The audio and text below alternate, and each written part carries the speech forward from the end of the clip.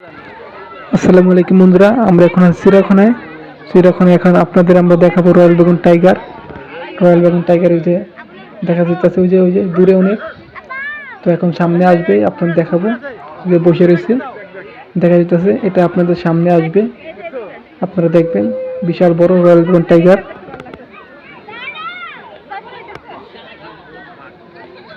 আসলে চিড়িয়াখানা ঠিক মতো খাওয়ান মন দেওয়া হয় না, তো রয়্যাল বেঙ্গল টাইগার এগুলো অনেক অসুস্থ থাকে, অনেক ক্লান্ত থাকে, সবসময় বেশিরভাগ ঘুমায়। এখনো বয়ে রয়েছে, এখনো ওঠে না।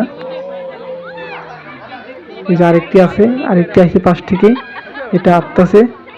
বাপরে কি বিশাল বড়, দেখতে পাচ্ছেন খালি আটতাছে।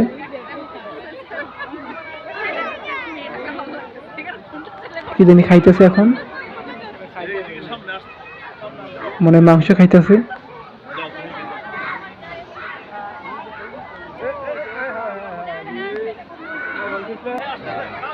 এই যে এখন সামনে আইছে, দেখেন সামনে থেকে দেখলে মনে হয় বিশাল বড়। এই আমার তাকাইছে,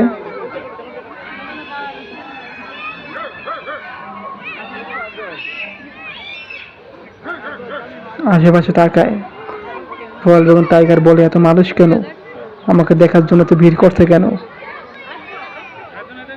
দেখেন কত ছোট ছোট বাচ্চারা দেখার জন্য কত খুশি।